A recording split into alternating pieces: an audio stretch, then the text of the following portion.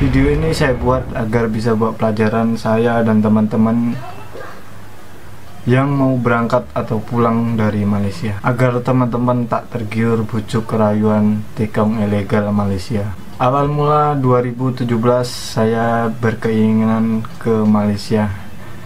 Dengan biaya yang terbatas, mulailah saya mencari agen gelap untuk memberangkatkan saya ke Malaysia. Tak berpikir panjang, saya pun berangkat ke Batam dengan membawa uang sebesar 4 juta rupiah. Sesampai di Batam, saya menelpon teman saya yang katanya bisa memberangkatkan saya ke Malaysia. Tak perlu waktu lama, datanglah seorang laki-laki yang katanya agen dan membawa saya ke sebuah rumah biasa yang jauh dari permukiman warga. Di situ saya dimintain biaya 2.500.000 rupiah. Dengan tawar menawar yang sangat alot, akhirnya saya disuruh bayar sebesar 2 juta rupiah. Di rumah itu saya tidak sendiri, kurang lebih ada 20-35 orang. Bermacam-macam daerah berkumpul di situ.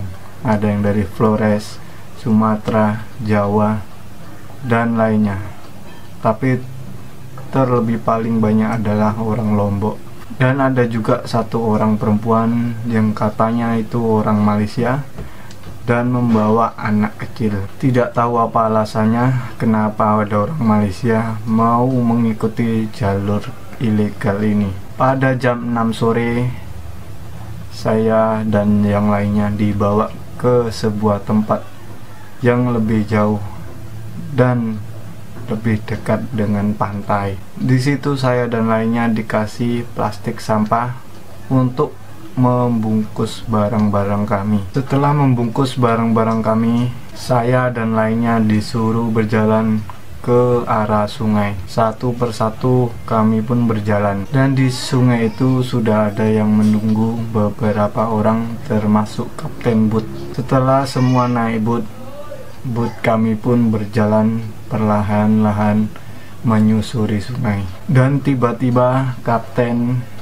yang membawa bot mendapatkan kabar di depan ada polisi laut dan bea cukai. Perlahan-lahan kapten membelokkan kemudinya dan kembali ke tempat awal kita naik bot. Di situ kapten dan yang lainnya menunggu kabar, entah dari siapapun, kami tidak tahu. Dan akhirnya malam itu kami gagal berangkat menyeberang. Saya dan lainnya diarahkan kembali ke pondok itu dan bermalam di pondok itu lagi.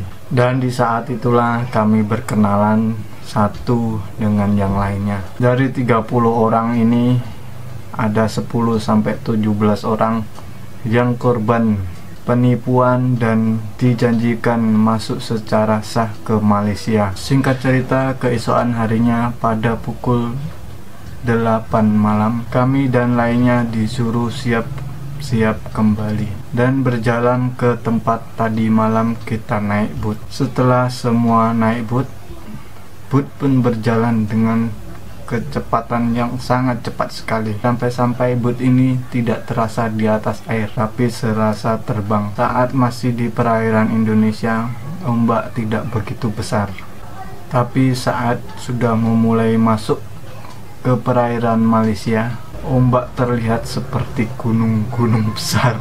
Disitulah semua orang mulai menjerit-jerit dan berdoa. Saya pun hanya bisa pasrah dan berdoa agar semuanya bisa berjalan lancar. Setelah perjalanan 2 jam, si kapten dan anak buahnya mulai berkomunikasi lewat telepon dengan penjaga pantai yang ada di Malaysia, dan akhirnya terlihat tanda isyarat dari tepi pantai. Kapten pun mengarahkan botnya ke tanda itu. Setelah hampir sampai pinggir pantai, barang-barang kami yang dibungkus plastik, barang-barang kami pun dilempar keluar semua, dan kami disuruh lompat dari boot itu. Jangan berpikir airnya selutut, tapi kedalaman masih sedada saya. Bisa Anda bayangin gimana rasanya, apalagi buat perempuan dan yang membawa anak kecil itu tidak bisa terbayang lagi.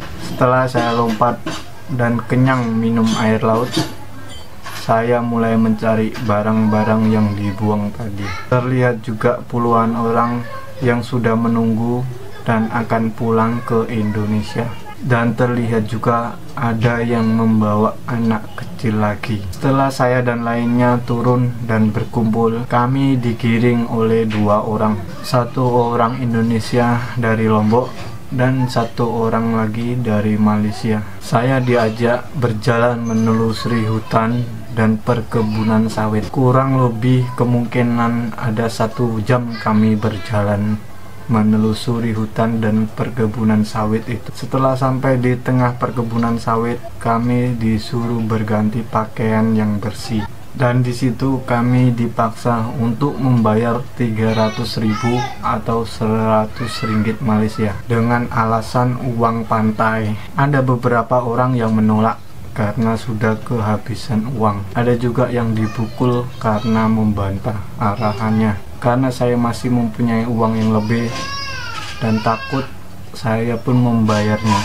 Setelah itu kami ditanya satu persatu tujuannya kemana, dan berpisah dijadikan beberapa kelompok. Dan datanglah beberapa mobil jemputan yang akan membawa saya ke Larkin atau terminal bus yang ada di Johor. Saya mendapat jemputan mobil Wira berwarna kuning, dan yang membawa mobil itu lagi-lagi orang Lombok. Saya dan lainnya tidak dibawa ke Larkin, tapi dibawa ke perkebunan sawit. Dan di situ kami disuruh bayar 100 ringgit lagi. Dari situlah saya dan lainnya mulai memberontak. Kok tega memanfaatkan orang yang lagi kesusahan. Semoga video ini ditonton oleh orang Lombok itu. Dengan modal nekat, saya dan lainnya berjalan keluar dan mencari taksi dan meminta dihantarkan ke Larkin dengan membayar uang 300.000 rupiah. Oke teman-teman, semoga setelah melihat video ini tidak ada yang nekat lagi untuk pulang atau pergi ke Malaysia melalui jalur ilegal. Oke, terima kasih. Assalamualaikum.